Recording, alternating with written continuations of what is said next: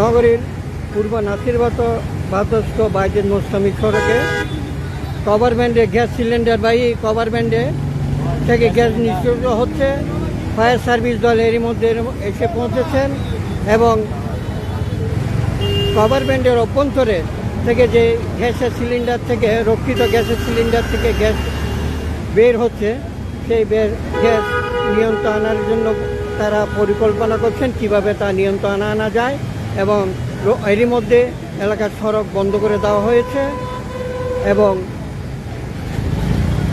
কভারব্যান্ডের ভিতরে রক্ষিত gas cylinder থেকে বের হওয়া গ্যাস বন্ধ করার চেষ্টা ফায়ার সার্ভিস পরবর্তী পদক্ষেপ গ্রহণ করার জন্য তারা নিজেদের মধ্যে পরামর্শ করছেন কিভাবে তা নির্মাণ করা যায়।